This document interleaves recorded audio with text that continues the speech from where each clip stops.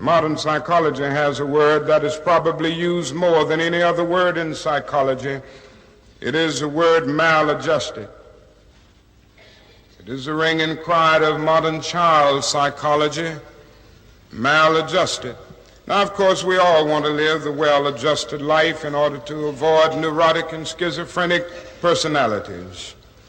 But as I move toward my conclusion, I would like to say to you today, in a very honest manner, that there are some things in our society and some things in our world for which I'm proud to be maladjusted. And I call upon all men of goodwill to be maladjusted to these things until the good society is realized. I must honestly say to you that I never intend to adjust myself to racial segregation and discrimination. I never intend to adjust myself to religious bigotry.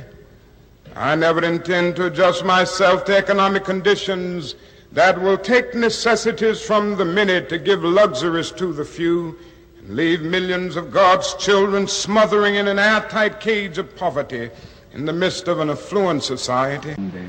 And passive nonviolent resistance. Now, I was so deeply moved by the message that I went away and bought several books on Gandhi and Gandhian technique. And at that point, I became deeply influenced by Gandhi, never realizing that I would live in a situation where it would be useful and meaningful. The word gradualism, especially as it is used now in the South, I think gradualism is so often an excuse for escapism and do-nothingism, which ends up in standstillism. At points we must re-examine this whole emphasis that the approach to desegregation must be gradual rather than forthwith or immediate.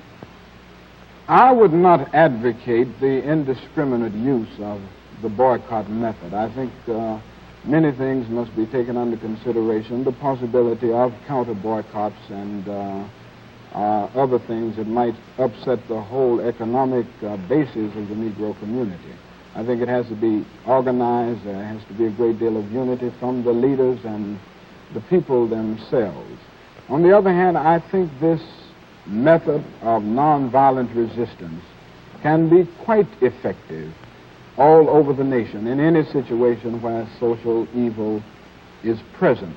If for no other reason than that nonviolent resistance has two sides.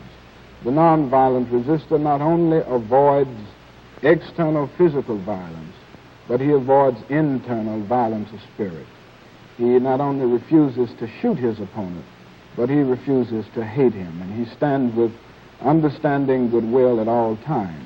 I think we would have to say that there is something of a guilt complex. I think that explains some of the actions that we notice now. Psychologists would say that a guilt complex can lead to two reactions. One is repentance and the desire to change.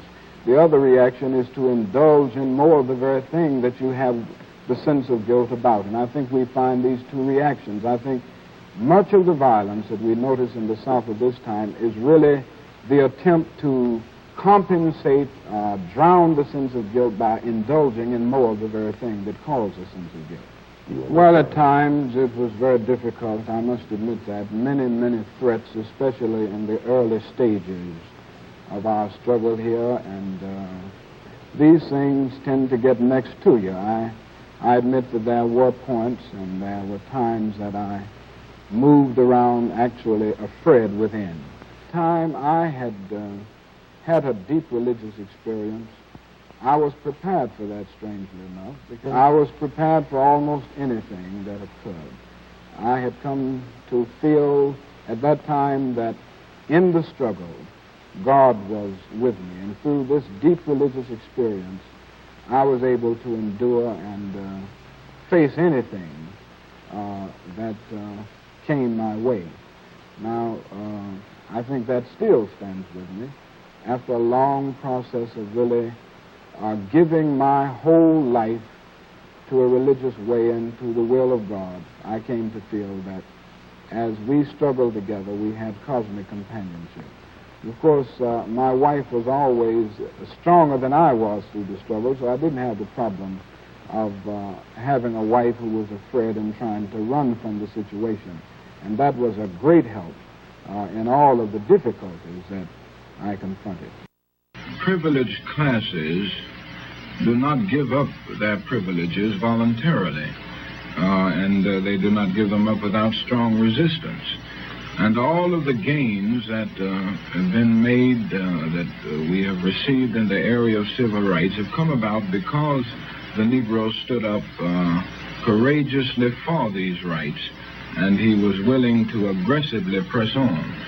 So I would think that it would be much better in the long run to stand up and be aggressive with understanding goodwill and with a sense of discipline, yet these things should not be substitutes for pressing on. And with this aggressive attitude, I believe that we will bring the gains or other civil rights into being much sooner than we would just standing idly by, waiting for these things to be given voluntarily.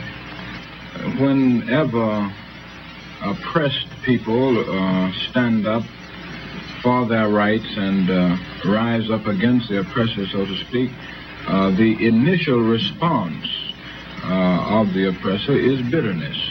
That's true in most cases, I think. And that is what we are now experiencing in the South, is this initial response of bitterness, which I hope will be transformed into a more brotherly attitude. We hope that the end will be redemption and reconciliation rather than division.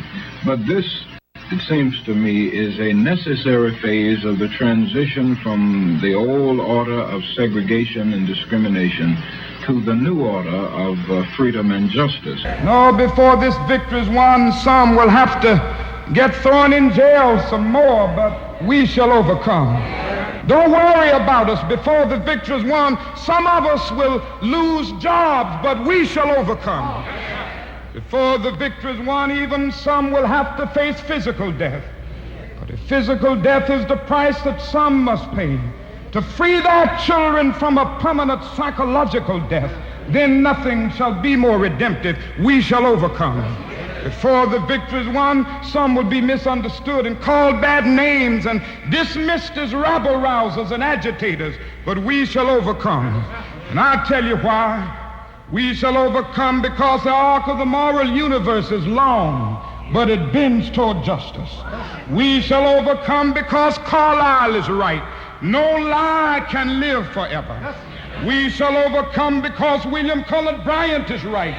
Truth crushed to earth will rise again. We shall overcome because James Russell Lowell is right. Truth forever on the scaffold, wrong forever on the throne. Yet that scaffold sways the future. Behind the dim unknown standeth God within the shadow, keeping watch above his own. We shall overcome because the Bible is right. You shall reap what you sow. We shall overcome. Deep in my heart, I do believe we shall overcome. And with this faith, we will go out and adjourn the councils of despair and bring new light into the dark chambers of pessimism.